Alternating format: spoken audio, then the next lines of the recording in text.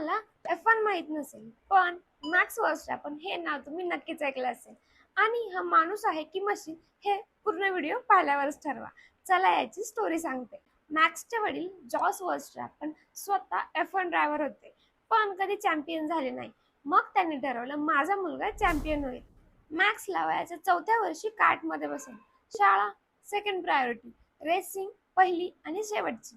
मॅक्सचे वडील कठोर आणि स्ट्रिक्ट होते, पण याच कठोरपणामुळे आज एक लिजेंड तयार झाला.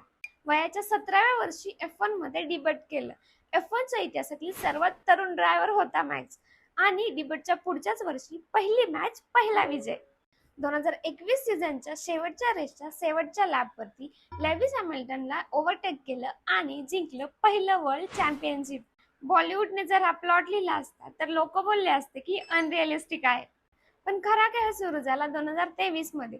23 पैकी 19 रेसेस जिंकल्या. F1च्या इतिहासात हा रेकॉर्ड कोणीच केला नव्हता. आतापर्यंत 71 रेसेस, 48 पोल पोझिशन्स आणि 127 पोडियम्स. 2025 मध्ये पाचवे चॅम्पियनशिप फक्त 2 पॉइंट वरून गेले.